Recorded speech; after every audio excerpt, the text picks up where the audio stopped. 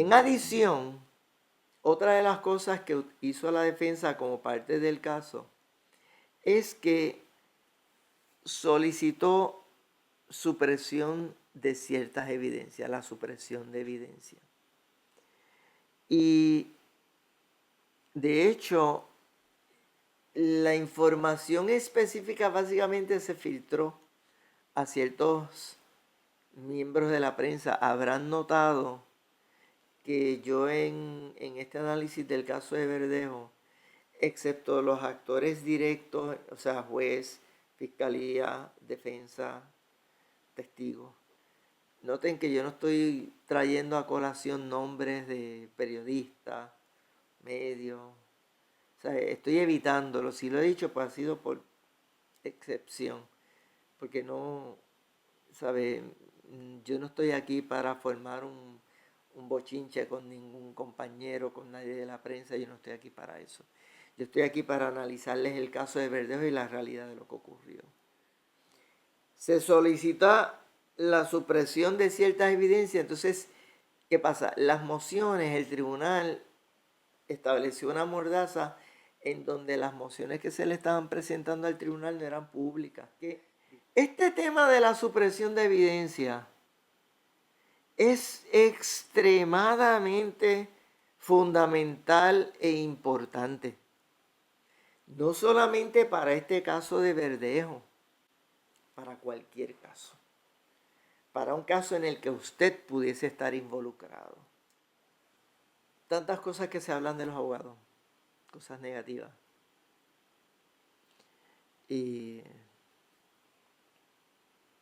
Pero cuando a usted lo están procesando criminalmente, usted necesita un buen abogado. Un abogado que conozca el derecho. Un abogado que se atreva a enfrentarse a todo el poder del Estado para defender los derechos de su cliente. Porque eso es lo que hacen los abogados. Y claro, cuando el cliente que es acusado goza de la simpatía de los medios o de la gente, qué sé yo qué, pues olvídese, de ese abogado dicen las cosas más maravillosas. Pero cuando la prensa ha estado diciendo por 2 años que Verdejo es un criminal, que Verdejo mató a esa muchacha, que Verdejo le metió un puño que le rompió la nariz, todas esas cosas que dijeron, usted sabe, que Verdejo le inyectó, o sea, entonces no es tan fácil ser abogado de defensa, porque tú tienes a todo el mundo en contra. Entonces, el abogado de defensa no puede estar pendiente a que la gente en la prensa o la gente en el país, en la comunidad, lo quiera mucho, lo aprecie mucho o lo desprecie mucho. El abogado está para asegurarse que los derechos de ese cliente sean protegidos y sean respetados, aunque tenga todo el mundo en contra. De hecho, hay un caso famosísimo en Estados Unidos del que fue presidente John Adams. Y yo los invito, de hecho hay una serie completa que creo que salió en Netflix. Usted la puede conseguir, se titula John Adams. Y allí pues hay unos elementos de esa historia que le sirven. Vea la serie, véala. En el primer capítulo es que sale esa parte en donde en el año 1770 unos soldados británicos en Boston, de hecho se le llamó la masacre de Boston, ese incidente que ocurrió en el año 1770. Y entonces, pues imagínense, los acusaron a todos ellos de asesinato y un montón de delitos. Y no encontraban un abogado en Massachusetts o en Boston que asumirá la representación legal.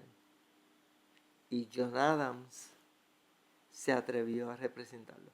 Pero el punto es que a pesar de que en un momento dado John Adams tenía unas reservas mentales, ¿verdad? O tal vez emocionales o políticas o de otra índole, él determinó defender los derechos. Y estos abogados de Félix Verdejo tuvieron que luchar contra viento y marea y contra todo un sistema. Y como parte de esa lucha, mociones de supresión. La supresión de evidencia, vuelvo, es algo fundamental. Hay dos garantías constitucionales que entran en juego en relación a este asunto de la supresión de evidencia, que es la cuarta enmienda y la quinta enmienda. La cuarta enmienda tiene que ver con que toda evidencia que sea obtenida ilegalmente, producto de un registro ilegal, por ejemplo, tiene que ser suprimida. Eso es una garantía constitucional. Y la quinta enmienda, que tiene que ver con el derecho a permanecer en silencio. Una persona a la que el Estado interviene de una manera incorrecta o ilegal en violación de sus derechos constitucionales, le extrae información, le extrae admisiones, le extrae confesiones a esa persona que está detenida. Si lo hace de una manera ilegal, entonces a esa persona se le violó su derecho a permanecer callado. Y como consecuencia de eso, cualquier manifestación que haya hecho esa persona en ese contexto puede ser sujeto de supresión. Los abogados de Félix Verdejo hicieron su trabajo, pidieron la supresión de ciertas evidencias. Por cierto, que también cualquier evidencia que obtuviese el Estado que se derivara de esa confesión o de esas admisiones o de ese interrogatorio ilegal que pudieron haberle hecho a esa persona detenida, cualquier evidencia que se consiga de esa forma, se le considera el fruto del árbol ponzoñoso. Ese es el término que posiblemente ustedes lo hayan escuchado y surge de esa garantía. Fruto del árbol ponzoñoso, así es la jurisprudencia, esa evidencia se tiene que suprimir. La razón de estas garantías, la razón de ser de esas garantías constitucionales que protegen al acusado, fíjese bien, tienen la intención de que de evitar que el Estado pueda, acuérdense que es que el Estado tiene un poder inmenso. Yo le estaba diciendo en el análisis de los fiscales, en videos previos, que el fiscal tiene un poder inmenso que es el poder de acusar. Nada más ese poder es una cosa monumental, el poder de acusar. Pero también el Estado a veces, mire, el Estado tiene dinero. El Estado tiene recursos, el Estado tiene a la policía, el Estado tiene investigadores, el Estado tiene peritos. Los peritos de ciencia forense pertenecen al Estado. ¿Y qué tiene el abogado de defensa? Porque aquí en Puerto Rico la gente se olvida, la gente todavía no entiende que es que todas estas garantías constitucionales es para proteger al acusado. ¿Por qué? Porque en nuestro sistema el acusado se considera la parte débil. ¿Y quién es la parte fuerte? ¿Quién es el monstruo? ¿Quién es el dragón? El dragón es el Estado, poderoso, grande, controlador. Tiene a la fiscalía, tiene al gobernador, tiene a la legislatura, el poder del gobierno. Entonces la gente se olvida de eso, la gente piensa, por ejemplo, qué sé yo.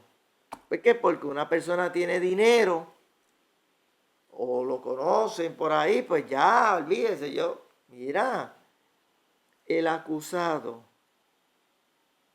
como norma general, es la parte débil. Y las garantías constitucionales es para proteger a ese acusado, porque créanme, créanme, y yo estoy considerando en algún momento hacer unos videos en donde yo hable de ciertos, ¿verdad? De algunas experiencias mías en casos civiles y criminales. Y yo les aseguro a ustedes, o sea, me consta, de propio y personal conocimiento me consta, que la policía comete errores y a veces errores crasos en el procesamiento de un caso, en la investigación de un caso. A veces los fiscales hacen cosas raras, para no decirlo de otra manera. A veces los agentes del Estado fabrican evidencia. Eso es así. Eso no es una teoría conspirativa. Entonces, ¿qué nos queda? ¿Qué tiene el ciudadano de a pie? El caballero, la dama, el jovencito, la muchacha. ¿Qué tienen para protegerse de ese dragón que es el Estado? Porque la gente se cree, la gente no entiende. Usted sabe qué es lo que usted tiene. Usted sabe qué es lo que yo tengo. Los derechos que emanan de la Constitución y de las leyes. Hay unos derechos procesales, algunos de los cuales surgen de la Constitución, pero también están contemplados en las reglas de procedimiento criminal y en las reglas de evidencia. Los abogados de Verdejo hicieron su homework, como se dice en inglés, hicieron su trabajo, solicitaron la supresión de ciertas evidencias. Y claro, ¿qué hizo el tribunal? La denegó. Ahora, antes de entrar a eso, yo me tomé el tiempo de investigar y tengo aquí unas notas que yo las quiero compartir con ustedes, de ciertas expresiones que hicieron o que hizo una persona periodista, hombre o mujer, no voy a decir ni el sexo. No viene al caso y yo no estoy aquí reitero, para formar una bulla con nadie. Y estoy aquí para analizarles el caso, para analizar la conducta de la prensa, para analizar lo que ocurrió. Porque estamos tratando de contestar la pregunta: ¿se le hizo justicia a Verdejo? Esa es la pregunta. Mire esto. La solicitud de supresión de evidencia perseguía suprimir el informe de autopsia. Pidieron suprimir ciertas fotos. Hay unas cuestiones técnicas relacionadas con la admisibilidad, porque hay pruebas que aunque sea admisible, es decir, que es pertinente, y si es pertinente es admisible, hay unas excepciones, y esto es bien técnico, o sea, por ejemplo, pues, hay pruebas que aunque sea admisible porque es pertinente, su valor probatorio es cuestionado. Por ejemplo, si cierta prueba va a provocar una reacción en el jurado que sea extrema, entonces el tribunal podría tener o tiene la discreción conforme, ¿verdad?, al derecho. Puede determinar, y de hecho hay un tratadista famoso que se llama Ernesto Chiesa, yo tengo los libros de él, un día se los enseño, donde él explica, mira, ¿sabe? Si cierta evidencia va a impactar de una manera bien fuerte al jurado, posiblemente esa evidencia, esa pieza de evidencia, tal vez no se deba. ¿Por qué? Porque puede causar un perjuicio o un prejuicio bien fuerte emocional en contra del acusado. Entonces, ¿qué pasa? Su valor probatorio cede ante el peligro de que esa evidencia provoque un perjuicio indebido. ¿Ves que es algo un poco técnico? ¿Y quién es el que viene llamado a hacer ese análisis? Nada más y nada menos que el juez. Recuerden que yo les expliqué en los videos sobre el juez, que el juez es el árbitro, ¿no? Es el sedazo, el juez es el que filtra y el juez es el que decide qué evidencia se le puede enseñar al jurado y cuál no. Punto es que los abogados de defensa pidieron la supresión de cierta evidencia porque entendían que su valor probatorio no añadía. Ahora bien, a lo que quiero llegar, que les dije ahorita, cómo la prensa manejó estas mociones de supresión. Mira cómo la prensa se expresó. Cito. Mire lo que comenzó a decir, cito. Que la defensa estaba estirando el chicle. Esa fue la prosa. La prosa.